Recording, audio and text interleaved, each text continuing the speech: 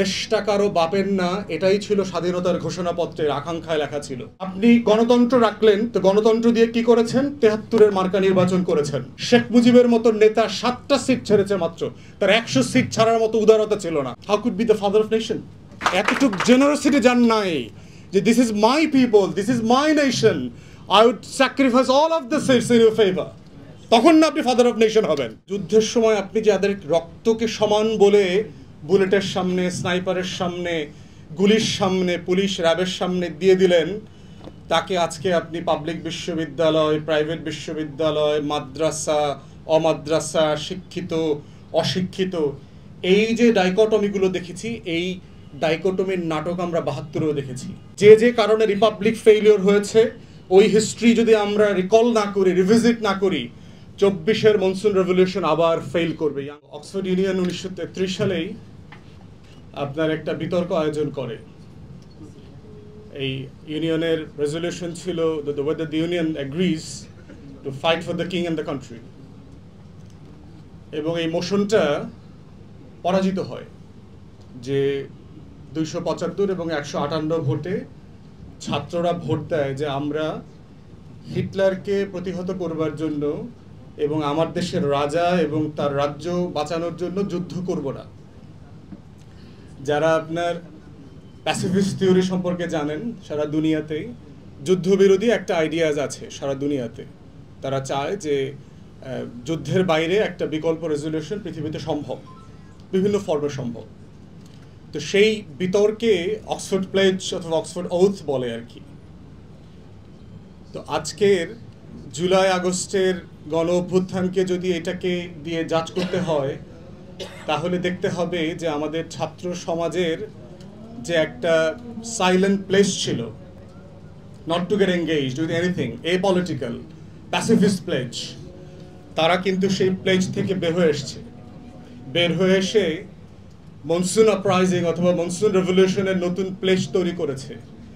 এবং সেই প্লেসটা হচ্ছে দেয়ালে দেয়ালে লেখা হয়ে গেছে যে লাখো শহীদের রক্তে কেনা দেশটা কারো বাপের না। দেশটা কারো বাপের না, এটাই ছিল স্বাধীনতার ঘোষণাপত্রের আকাঙ্ক্ষায় লেখা ছিল। 17 এপ্রিল 1971 সালে যে ঘোষণাপত্র পাঠ করা হয়েছিল আমাদের প্রবাসী সরকারের পক্ষ থেকে, সেখানে পরিষ্কার করেই বলা ছিল, এবং স্টার্টিং ছিল we the people. We, Sheikh পরিবারের কথা বলা ছিল না, কোনো ডাইনেস্টির কথা বলা ছিল না। বলা ছিল না যে আমরা ডাইনেস্টি করব, আমরা আমিরাত করব, আমরা কিংডম করব, হিজ অর হাজ এক্সেলেন্সিজ XYZ তৈরি করব, এটা বলা ছিল না। বলা ছিল রিপাবলিক করব, উই দ্য পিপল। এবং উই দ্য পিপলটা কারা? তখনকার 71-এর 7.5 কোটি, আজকের 20 কোটি 22 কোটি সবাই মিলে উই দ্য পিপল।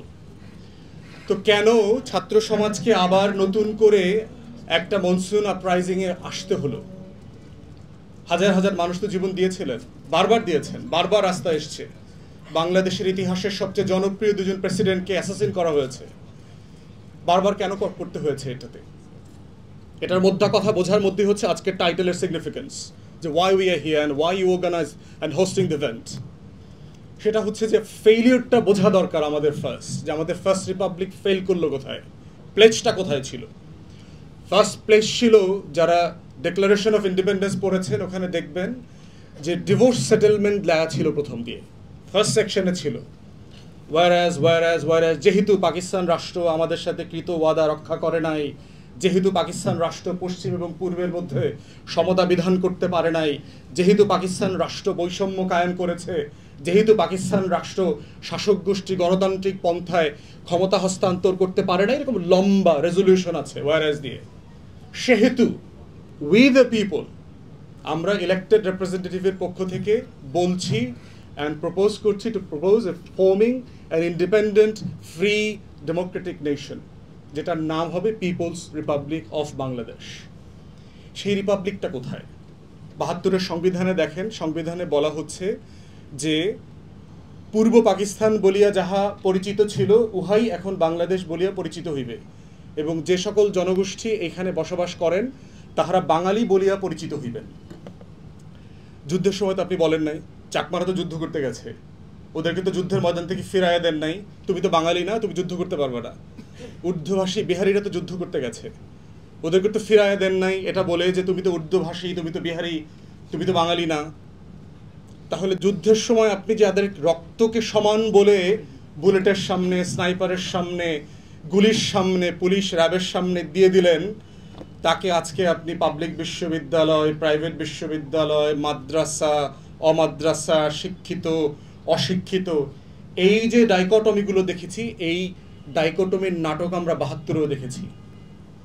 যে যে কারণে রিপাবলিক ফেইলিওর হয়েছে, ওই হিস্ট্রি যদি আমরা রিকল না করি, রিভিজিট না করি, ২৪-এর মনসুন রেভলিউশন আবার ফেল করবে। ইয়াং জেনারেল যারা আছেন এখানে, my friends and colleagues generals, that must be understood very clearly why the First Republic had failed, because that the sense that the Second Republic should not be allowed to fail, সেই জায়গাটা fail করেছে আমাদের। দ্বিতীয়ত কি দেখেন, আমাদের ঘোষণাপত্রে বলা ছিল যে রাষ্ট্রটা কিভাবে চলবে, পরিষ্কার করে বলা ছিল যে এই ঘোষণাপত্রের উপরে ভিত্তি করে যুদ্ধটা, লড়াইটা হয়েছিল, যে this country should be governed by the 3 glorious principles of equality, human dignity and social justice, সাম্য, মানবিক মর্যাদা এবং সামাজিক সুবিচার।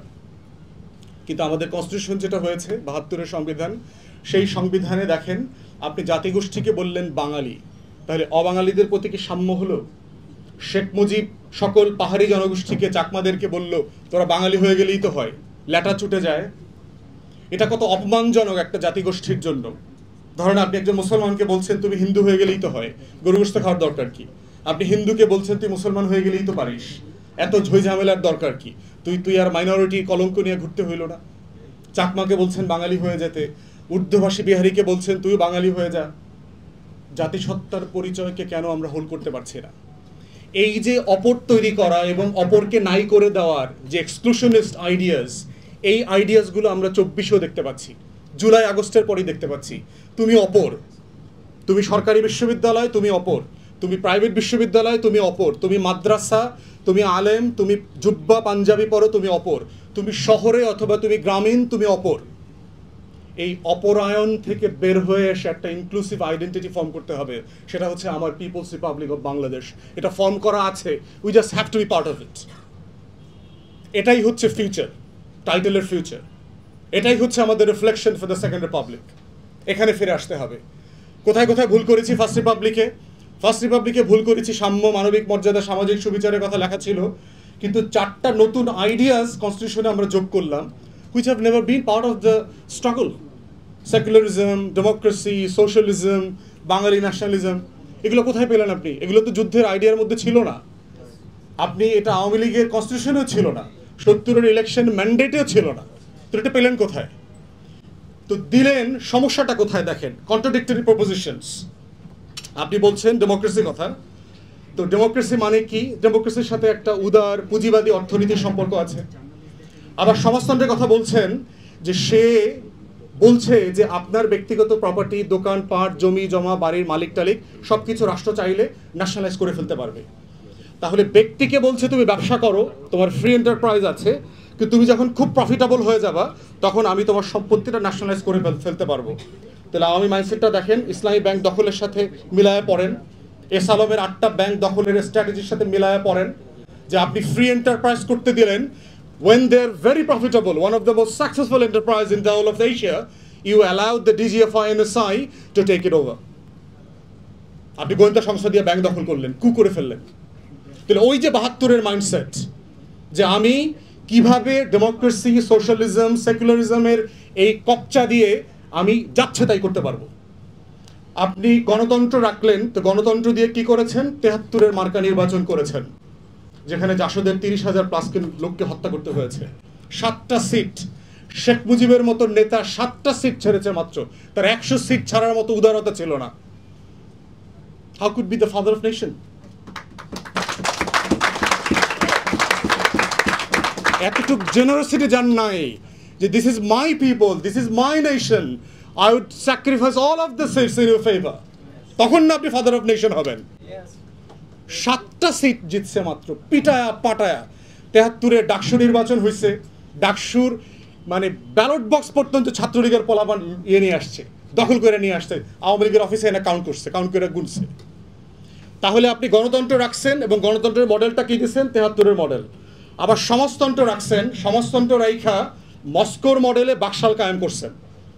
আপনারা জানবেন যে বাকশাল কিন্তু জাতীয় দল করেছে, অ্যাডভাইজার ছিল বামপন্থীরা, এগুলা সিপিবির বড় বড় নেতারা ওখানকার অ্যাডভাইজার ছিল বাকশালের, জাতীয় দল করেছে আর্টিকেল 117 ইনপুট করে। সেটা দিয়ে কি করেছেন? আপনি একদলীয় শাসন কায়েম করেছেন through 4th amendment to the constitution. তাহলে আমার আকাঙ্ক্ষাপত্র রিপাবলিকের প্রত্যেকটার সাথে আপনি গাদ্দারি করলেন, বেইমানি করলেন। এই যে হাজার হাজার লক্ষ লক্ষ মানুষ যুদ্ধ করলো, রক্ত দিল, এর সাথে যে বেইমানির ইতিহাস, এই বেইমানির ইতিহাস যদি আমাদের তরুণরা, ইয়াংরা নতুন করে না বোঝে, না পাঠ করে, তাহলে জুলাইয়ের যে মনসুন রেভলিউশন আছে এটাও আবার বেইমানিতে পর্যবেসিত হবে। This is why the history repeats. This is how the Hitlers in different names and different eras come back. এটাই হয়। হাসিনা হয়ে হিটলার ফিরে আসে বারবার, শেখ মুজিব হয়ে হিটলার বারবার ফিরে আসে, ফ্যাসিবাদের আকারে ফিরে আসে, নাৎসিবাদের আকারে ফিরে আসে, বাকশালের আকারে ফিরে আসে। তাই ফিউচারের রিফ্লেকশন হচ্ছে অতীতকে কানেক্ট করতে হবে। First Republic is dead and dusted, first constitution of the 1972 is dead and dusted. এই নেশনকে মনসুন রেভলিউশনের আকাঙ্ক্ষাকে ধারণ করে, আমাদের স্বাধীনতার যে আকাঙ্ক্ষাপত্র ছিল সেটাকে ধারণ করে নতুন করে এই রাষ্ট্রকে ডিফাইন করতে হবে। এই নতুন রাষ্ট্র হইতে হবে সবার, এখানে কোনো অপরায়ণ থাকবে না, এই ভূখণ্ডের সবাই এখানকার ইকুয়াল সিটিজেনশিপ। এটাই হচ্ছে ফিউচারের পলিটিক্স। সবাইকে অসংখ্য ধন্যবাদ। সালাম আলাইকুম।